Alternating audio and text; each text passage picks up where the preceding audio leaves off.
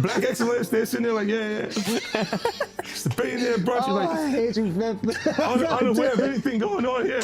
This is the one time I'm gonna be with you this year. Yeah. Come on, bro. What happens when one of hip-hop's biggest moguls takes control of one of the most legendary street films in rap culture? That's exactly what just went down. 50 Cent shocked the internet by announcing he now owns the rights to Paid in Full and plans to transform it into a premium TV series. On the surface, this looks like another W for 50, who has built an empire with shows like Power and BMF, but behind the celebration lies controversy, disputes about ownership, and a clash of egos between Harlem legends and hip-hop businessmen.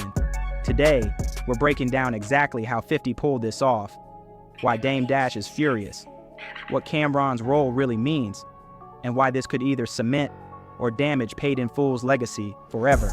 On September 8, 2025, 50 Cent posted on Instagram, revealing that he had officially acquired the rights to Paid in Full. His caption read, "I now have the rights to Paid in Full. I'm developing it into a premium TV show. If you like Godfather of Harlem, you're gonna love this. Cam's set to executive produce alongside me.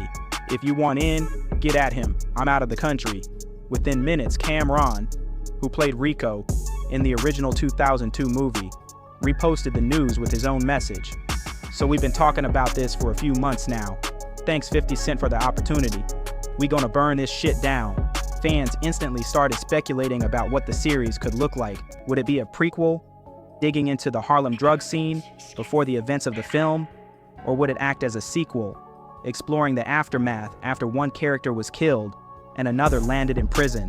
DJ Envy and Charlamagne Tha God even debated this on The Breakfast Club, noting that Paid in Full was bigger than just 3 characters and represented an entire era.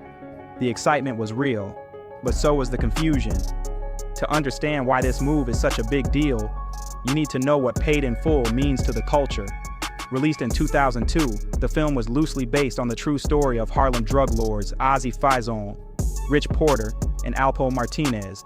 It told the story of Ace, Mitch, and Rico, 3 friends whose hustle, betrayal, and downfall captured the essence of Harlem's 1980s crack era.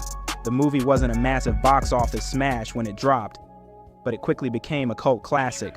Rappers quoted it, street legends praised it, and its lines became embedded in hip-hop's DNA. For many, Paid in Full was more than just a film. It was a piece of history that documented how street dreams could rise and collapse overnight. But as powerful as it was, the movie only scratched the surface. A 2-hour runtime couldn't capture the full complexity of Harlem's drug wars, the politics of the streets, and the community impact. That's where a series comes in. With multiple episodes, there's room to dive deeper into the side characters, the rival crews, the families left behind, and the bigger cultural forces at play. And that's why people are so invested. A TV series isn't just entertainment, it's a chance to retell history in a more expansive way. But it also raises a new question: who gets to tell that history?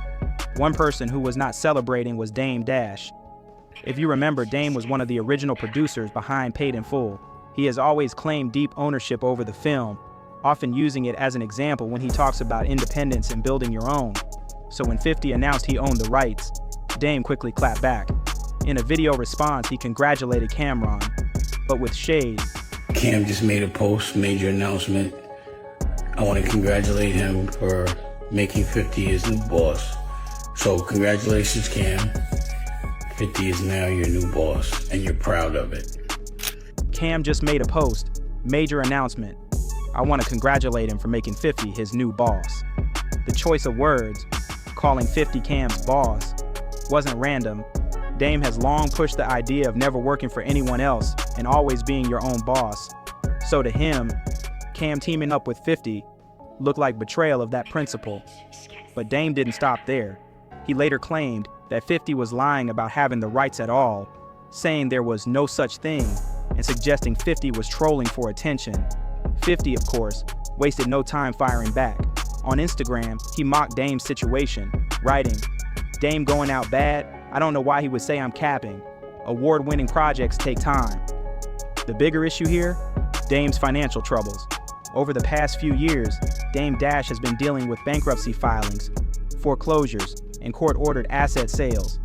Reports from late 2023 and early 2024 detailed how he had almost no liquid income and was forced to list everything from guns and furs to jewelry as his assets.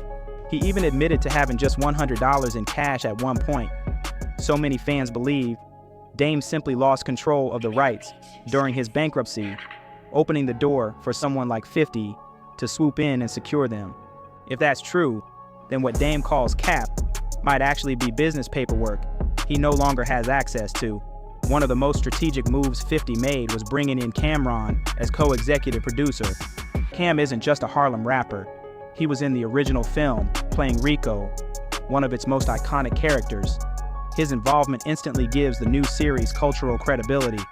Harlem natives and longtime fans see him as someone who lived through that era, someone who can help tell the story authentically.